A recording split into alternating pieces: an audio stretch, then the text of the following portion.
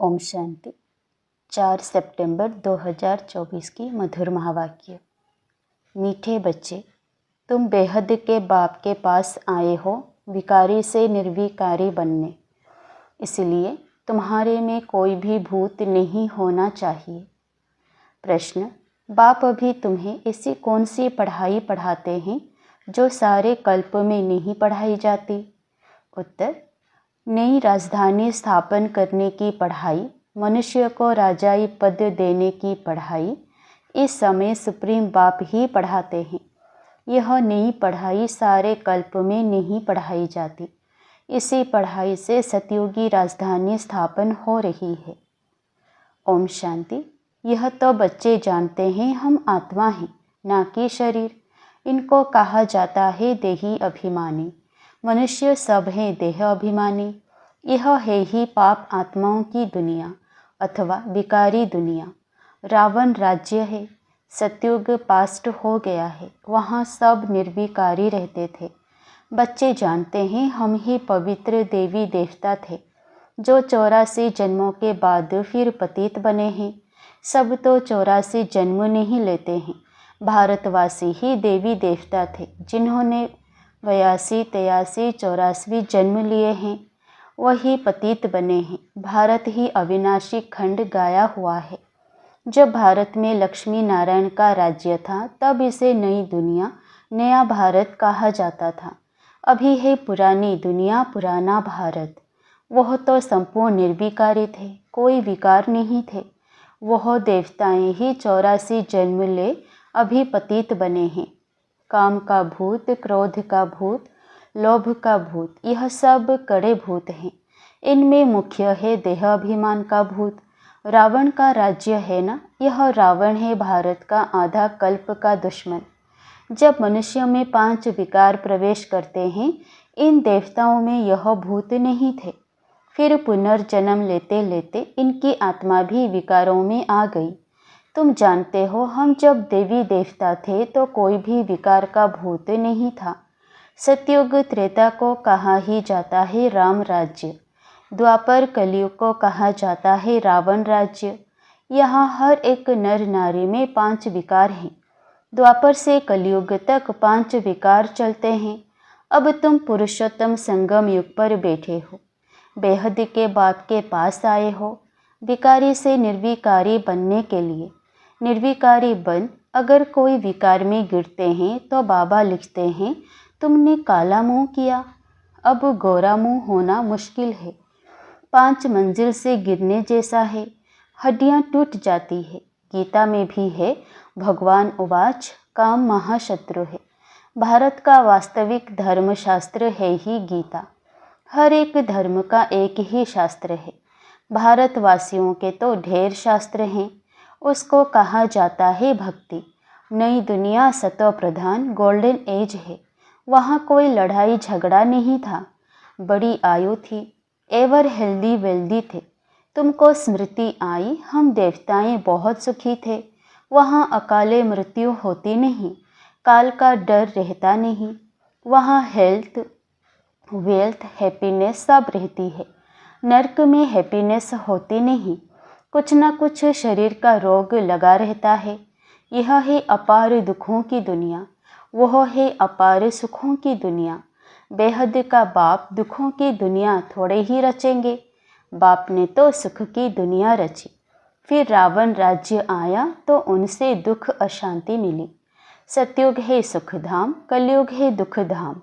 विकार में जाना गोया 1-2 पर काम कटारी चलाना। मनुष्य कहते हैं यह तो भगवान की रचना है ना, परंतु नहीं, भगवान की रचना नहीं, यह रावण की रचना है। भगवान ने तो स्वर्ग रचा, वहाँ काम कटारी होती नहीं। ऐसे नहीं दुख सुख भगवान देता है। अरे भगवान बेहद का बाप बच्चों को दुख कैसे देगा? वह तो कहते हैं मैं सुख का वर्षा देता हूँ। फिर आधा कल्प के बाद रावण श्रापित करते हैं। सतयुग में तो अथाह सुख थे, माला माल थे। एक ही सोमनाथ के मंदिर में कितने हीरे जवाहरात थे। भारत कितना साल्वेंट था, अभी तो इंसॉल्वेंट है। सतयुग में 100% साल्वेंट, कलयुग में 100% इंसॉल्वेंट। यह खेल बना हुआ है। अभी है आयरन एज, खाद्य पढ़ते पढ़ते बिल्कुल तमो प्रधान बन गए हैं। कितना दुख है। यह एरोप्लेन आदि भी 100 वर्ष में बने हैं। इनको कहा जाता है माया का पंप। तो मनुष्य समझते साइंस ने तो स्वर्ग बना दिया है, परंतु यह है रावण का स्वर्ग। कलयुग में माया का पंप देख तुम्हारे पास मुश्किल आते हैं। समझते हैं हमारे पास तो महल मोटरें आदि हैं। बाप कहते हैं स्वर्ग तो सतयुग को कहा जाता है, जब इन लक्ष्मी नारायण का राज्य था। अब इन लक्ष्मी नारायण का राज्य थोड़े ही है। अब कलयुग के बाद फिर इनका राज्य आएगा। पहले भारत बहुत छोटा था। नई दुनिया में होते ही हैं 9 लाख देवताएं बस। पीछे वृद्धि को पाते रहते हैं। सारी सृष्टि वृद्धि को पाती है ना। पहले पहले सिर्फ देवी देवता थे। तो बेहद का बाप वर्ल्ड की हिस्ट्री ज्योग्राफी बेट समझाते हैं। बाप बिगर और कोई बतला ना सके। उनको कहा जाता है नॉलेजफुल गॉड फादर, सब आत्माओं का फादर। आत्माएं सब भाई भाई हैं, फिर भाई और बहन बनती हैं। तुम सब हो एक प्रजापिता ब्रह्मा के एडप्टेड चिल्ड्रन। सभी आत्माएं उनकी संतान तो हैं ही। उनको कहा जाता है परम पिता। उनका नाम है शिव।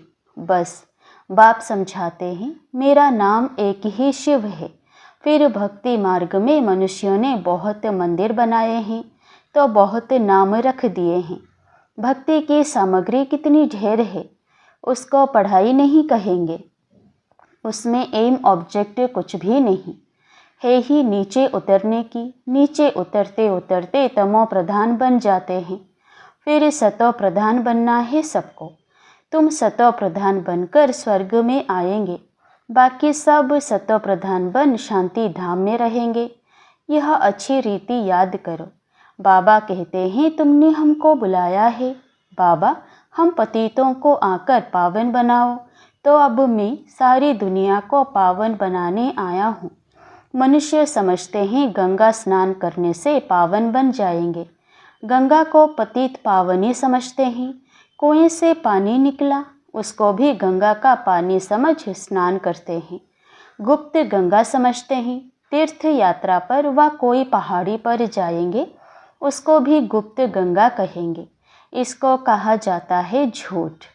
गॉड इज ट्रूथ कहा जाता है। बाकी रावण राज्य में सब हैं झूठ बोलने वाले। गॉड फादर ही सचखंड स्थापन करते हैं। वहाँ झूठ की बात नहीं होती। देवताओं को भोग भी शुद्ध लगाते हैं। अभी तो है आसुरी राज्य। सतयुग त्रेता में है ईश्वरीय राज्य, जो अब स्थापन हो रहा है। ईश्वर ही आकर सबको पावन बनाते हैं। देवताओं में कोई विकार होता नहीं। यथा राजा रानी तथा प्रजा सब पवित्र होते हैं। यहाँ सब हैं पापी, कामी, क्रोधी। नई दुनिया को स्वर्ग और इसको नर्क कहा जाता है।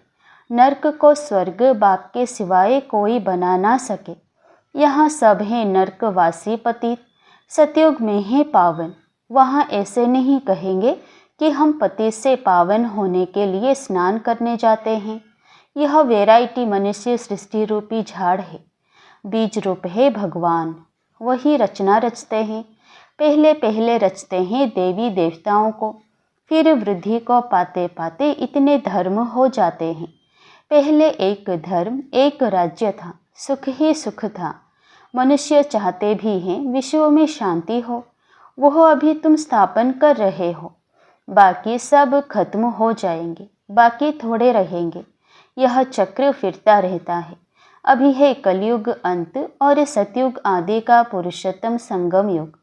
इसको कहा जाता है कल्याणकारी पुरुषोत्तम संगम युग।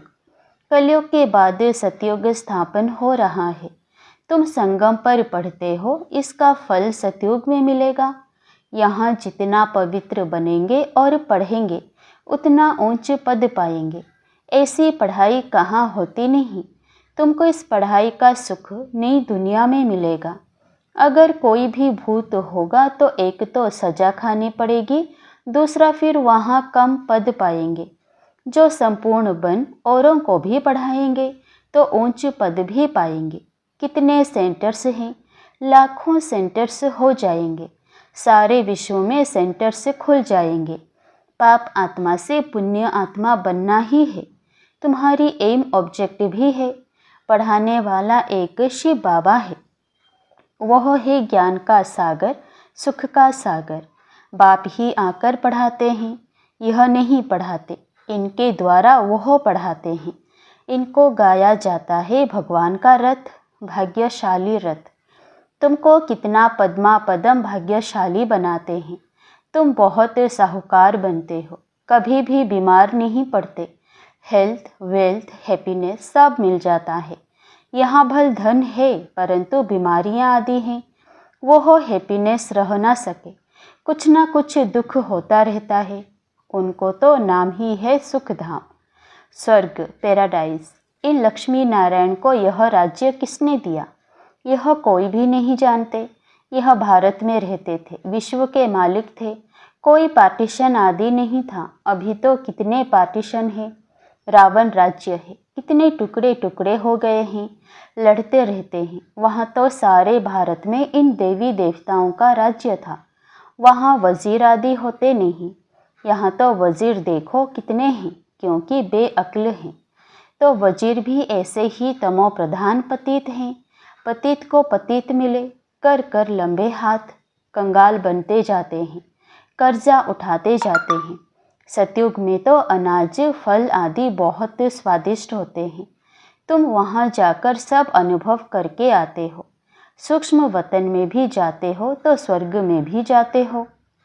बाप कहते हैं सृष्टि चक्र कैसे फिरता है। पहले भारत में एक ही देवी देवता धर्म था, दूसरा कोई धर्म नहीं था। फिर द्वापर में रावण राज्य शुरू होता है।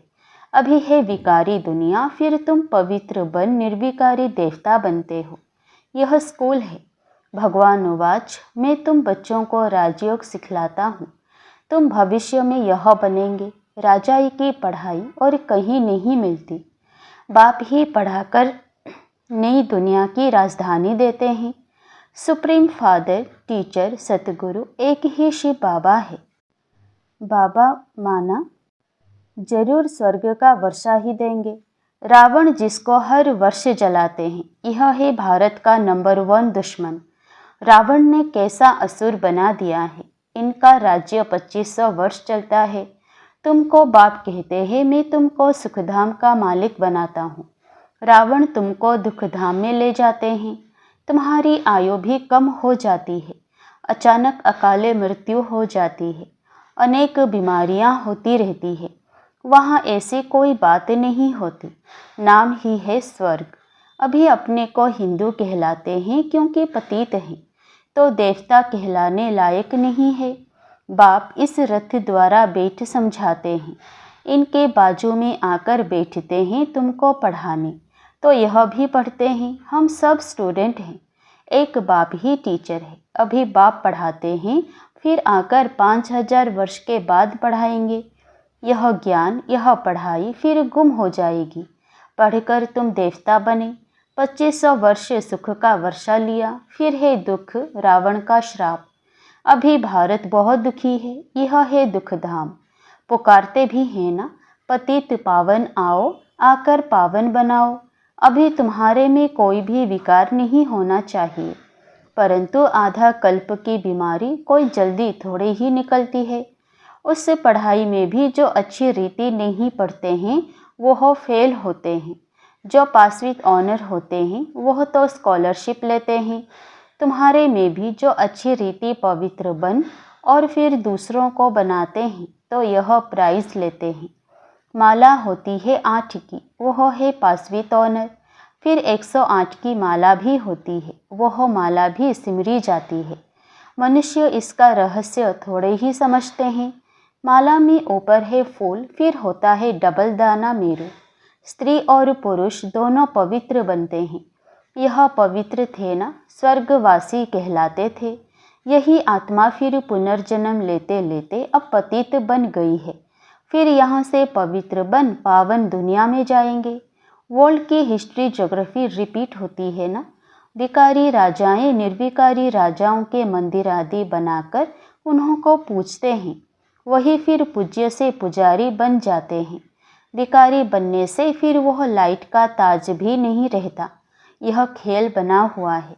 यह है बेहद का वंडरफुल ड्रामा। पहले एक ही धर्म होता है जिसको राम राज्य कहा जाता है, फिर और धर्म वाले आते हैं। यह सृष्टि का चक्र कैसे फिरता रहता है सो एक बाप ही समझा सकते हैं। भगवान तो एक ही है। अच्छा, मीठे मीठे सिकिलधे बच्चों प्रति माता पिता बाप दादा का याद प्यार और गुड मॉर्निंग। रूहानी बाप की रूहानी बच्चों को नमस्ते। धारणा के लिए मुख्य सार। पहला, स्वयं भगवान टीचर बनकर पढ़ाते हैं, इसलिए अच्छी रीति पढ़ना है। स्कॉलरशिप लेने के लिए पवित्र बनकर दूसरों को पवित्र बनाने की सेवा करनी है।